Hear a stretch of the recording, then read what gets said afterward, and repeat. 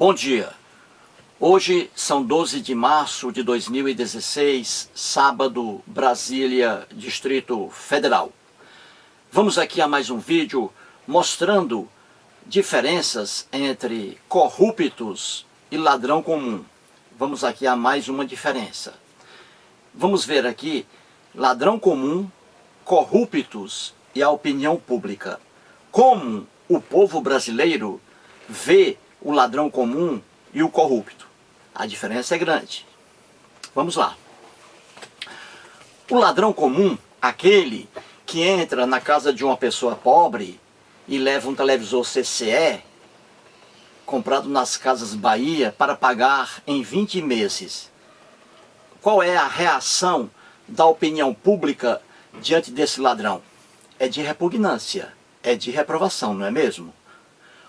O povo brasileiro, a totalidade do povo brasileiro é contra o ladrão comum, aquele que entra na casa de um pobre e leva alguma coisa. O povo brasileiro, em sua totalidade, é contra o ladrão comum, não é mesmo? É contra o ladrão comum. A única pessoa que ama o ladrão comum, com certeza, é a mãe dele. É a mãe dele que o ama, porque a opinião pública se volta toda, por completo, contra o ladrão comum. E o corrupto? Qual é a visão da opinião pública sobre o corrupto? Aquele que leva não um televisor CCE, não uma galinha, não um computador, aquele que leva dos cofres públicos milhões de reais.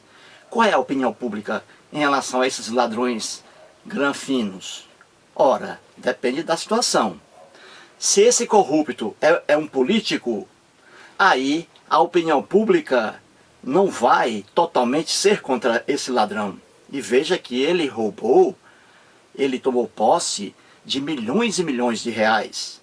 A opinião pública é diferente. Se esse cidadão pertence, por exemplo, a um partido político, os militantes do partido político vão defendê-los.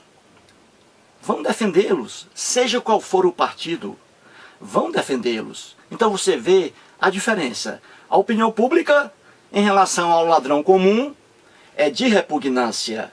Em relação ao ladrão granfino, agente político que rouba milhões, aí varia.